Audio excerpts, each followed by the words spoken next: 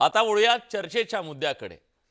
मंडळी, जेव्हा एखादा नेता पक्ष सोडतो तेव्हा त्याचं कारण काय सांगतो? विकासासाठी।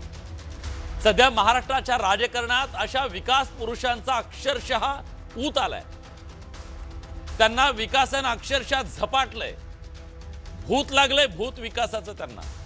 दिवस रात्र डोक्यात तोच विचार, रात्र डोळ्याला डोळा नाही इतकी विकासाची चिंता सतावतीये। अन्न गोड लागत नाही, पाणी घशात जात नाही अशी परिस्थिती आहे। विकासासाठीची त्यांची धडपड हालापेष्टा बघवत नाहीत। फॉर्च्युनरच्या पुढच्या सीटवर बसून हातावर भाकरी खाऊन पोट भरावं लागतं। त्या विकासासाठी कसंबसं जगावं लागतं। हे विकासाचं भूत साधं नाहीये। जोपर्यंत नेता सत्तेच्या दारात जात नाही किंवा सत्तेच्या खुर्चीवर बसत नाही तोवर हे भूत मानगुटीवर बसलेलं उतरत नाही। विकासाला अधीन करणं इतकं सोपं नाहीये। त्याच्या वाट्यात विचारधारा, निष्ठा, पक्षाची ध्येय धोरणं हे सगळे अडथळे असतात। मग विकास प्रेमी काळजावर दगड ठेवून विचारधारा, निष्ठेवर तुळशीपत्र ठेवून त्याला तुडून पुढे जावं लागतं। सोपं नाहीये इतकं। याला कोणी चमत्कार म्हणा की राजकीय विज्ञान म्हणा, पण ह्या महाराष्ट्रातलं वास्तव आहे। विकासाचं भूत एकदा तुमच्यावर स्वार झालं की डोक्यात केमिकल लोचा होतो। कालपर्यंत जो हुकुमशहा वाटायचा तो अचानक हुकुमाका वाटतो। कालपर्यंत जे भ्रष्ट होते ते दूरदृष्टीचे वाटायला लागतात। सगळी विकासाची किमया।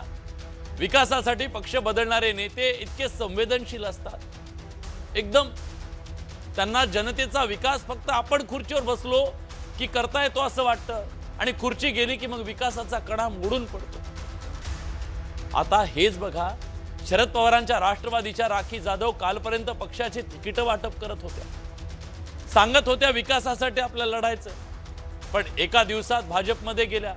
कशासाठी? विकासासाठी। पुण्यात पिंपरीमध्ये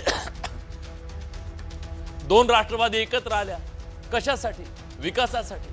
मुंबईत काँग्रेस आणि शिवसेना उभाठा वेगळ्या, पुण्यात एकत्र। कशासाठी? विकासासाठी। सोयीनुसार युती, सोयीनुसार आघाडी, सोयीनुसार सोबळावर। कशासाठी?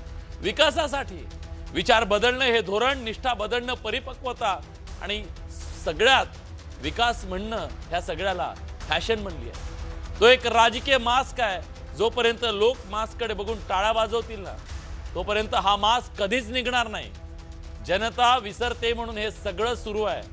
जोपर्यंत विस्मरणाला इथं मतं मिळत राहतील तोपर्यंत विकासासाठी पक्ष सोडला हे वाक्य या राजकारणात अमर राहणार आहे मित्र। आणि म्हणूनच आज आपल्याला चर्चा करायची आहे, हे सगळं सोयीचं राजकारण सुरू आहे का, आणि मतदारांना गृहीत धरलं जातंय का सोयीच्या सोयरिकीमध्ये?